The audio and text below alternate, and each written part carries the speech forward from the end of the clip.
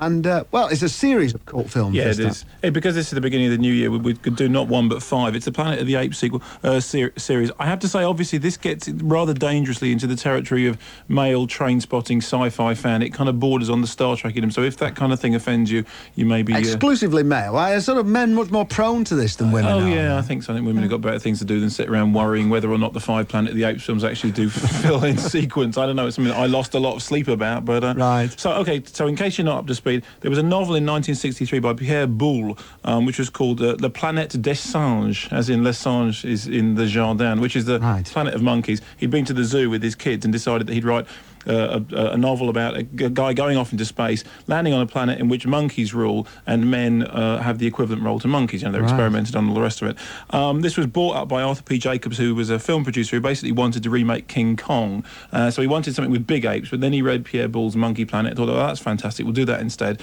So they made Planet of the Apes, in which Charlton Heston starts off on Earth, and then rather than flying all the way across the other side of the galaxy, what happens is he crashes through a time barrier and lands 2,000 years in the future in a planet which is unspecified. It's a handy device. It is a handy device, yes, the good old time barrier, and it comes into great play later on in the series, and he lands on this planet in which men have no speech, no culture. The planet is run by gorillas and by chimpanzees, and men are only used for scientific experiments. But once again, don't take my word for it, here is a clip from Planet of the Apes.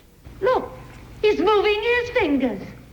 Only because he saw you moving yours. Oh, but perhaps he understood. Man has no understanding. He can be taught a few simple tricks, nothing more. I'm afraid I must disagree. According to my experiment... Dr. Zira, I must caution you. Experimental brain surgery on these creatures is one thing, and I'm all in favor of it. But your behavioral studies are something else again. To suggest that we can learn anything about the simian nature from a study of man is sheer nonsense. Besides, man is a nuisance. He eats up his food supplies in the forest, then migrates to our green belts and ravages our crops. The sooner he is exterminated, the better. It's a question of simian survival. Clip from Planet of the Apes. Mark Kermode is with us to talk about it. I mean, I've been analysing this a lot myself, and I've come up with what I feel is an insight, and why they perpetuated so well. Okay. And I share this with you because I don't know if you ever noticed, but apes do have many human characteristics, and it is in fact rumoured that perhaps humans did evolve from apes. I just thought I'd share that. Yeah, insight. I think that the sort of the heavyweight critics kind of zoomed in on that, perhaps. Yeah. But I think one can overread, obviously. But let's pursue it for a while. But I think it's a good idea to. I mean, obviously, what happens in the film is it is a classic role reversal thing. Charlton Heston is experimented upon, whereas the apes all say things like, "Oh, what a terrible thought that ape could be a descendant from man." And, so there are great things going for the film. It's got a very, very good script by Rod Serling, who wrote some of the Twilight Zone. The Charlton Heston bottom update, which I promise you, we should have a jingle like a news flash, shouldn't we? Charlton Heston bottom flash. Charlton Heston very, very rarely, in fact, hardly ever showed his bottom on screen. But the only two places you can see his bottom: 26 minutes into Planet of the Apes, Charlton's bum is seen through a waterfall, and 1 hour and 4 minutes in, you can briefly see his buns when an ape rips his loincloth off, and it is. They are Charlton's buns. And I was worried about my anal fixation. You are a sad man. Yeah, that's true. So anyway, the film did rather well. It won an Academy Award for its masks, for sort of fantastic special effects. In fact, at the time, the special effects cost $1 million, which was like 17% of the total budget, which was completely unheard of. Yeah. And they won this award, although the people who had made 2001 were really annoyed because in 2001, there are guys dressed up as apes, and it is rumoured that the reason 2001 was never suggested for an award was that people didn't actually realise that the apes at the beginning of 2001, half of them are real and half of them aren't, whereas in Planet of the Apes, clearly, they're all unreal. So anyway, the film did really, really well, then provoked a series of sequels, and it has become fashionable to say, oh, well, the sequels are all worse. Nonsense. Okay, the first sequel, which is Beneath the Planet of the Apes, is actually, for my money, the best of them. When it came out in the cinema, it was given a AA certificate, which meant that as kids, we couldn't get to see it. You had to be 14 to see it, which was a real Right. pain. Or you had to sneak in the back of the classic, go into the toilet, pretending you were going to see something else come out. The story in Beneath Planet of the Apes, at the end of Planet of the Apes, is a fantastic thing when Charlton Heston finds the Statue of Liberty and realises that actually what's happened is he's landed back on Earth. Right. Terrible, terrible plot twist. In Beneath the Planet of the Apes, James Franciscus comes through the same time barrier, which is going to be used a lot. Yes.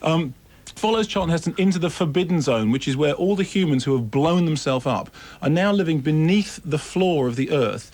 And what they're doing is they're worshipping a great big cobalt bomb, which is like a super mega atomic bomb.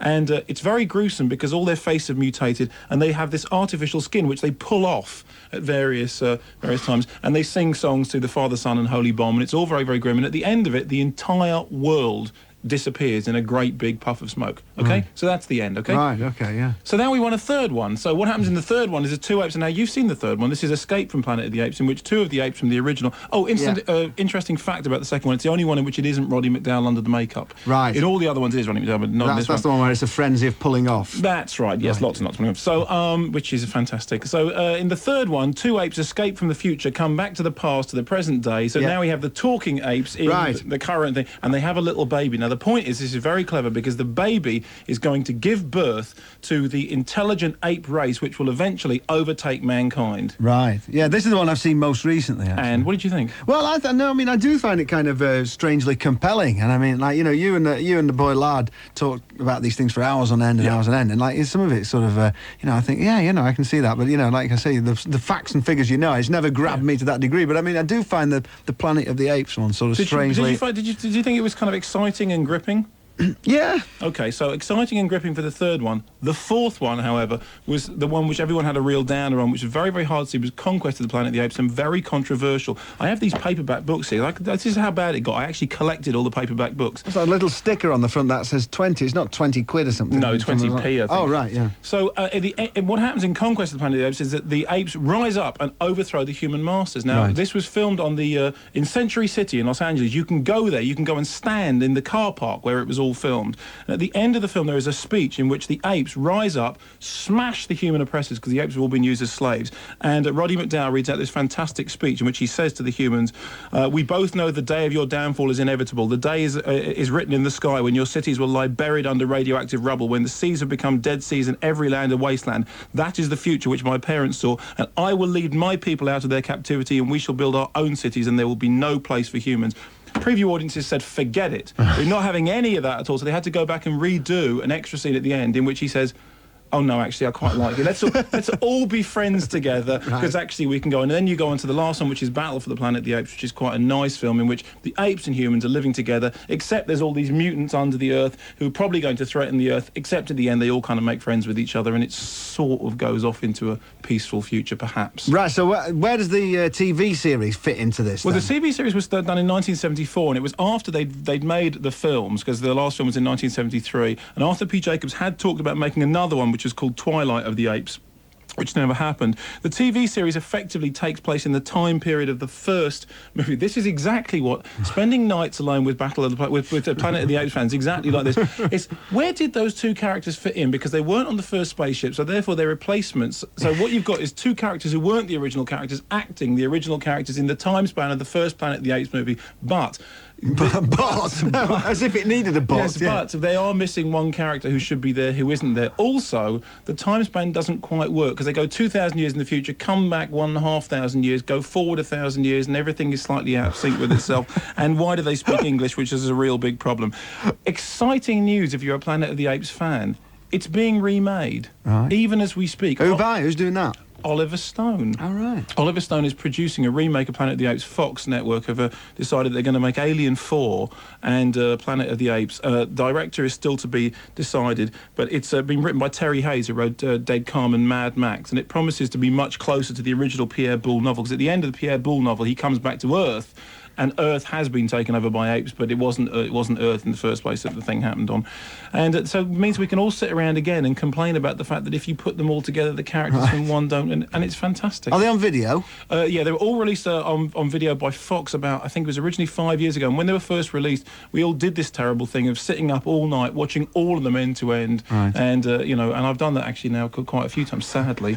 And learning some of the speeches. And then, of course, you know, I went to Century City and stood on the place where that's been. I actually read that speech out, standing there in Century City with the book. I read out the final speech from Conquest of the Planet of the Apes. Why? Because I am a sad man. And do they have loads of... do you have to queue up to get on the spot? You know, there are loads of sad men standing around them and say, here comes another one. Yes, over there, son. Yeah, all right, off you go. Yes, you know, well, hopefully it will run, and it's fantastic. And if you've never liked Planet of the Apes, well, then you're a fool. Right. Okay, well, and you can't say much fairer than that. I can't. Can you? Right.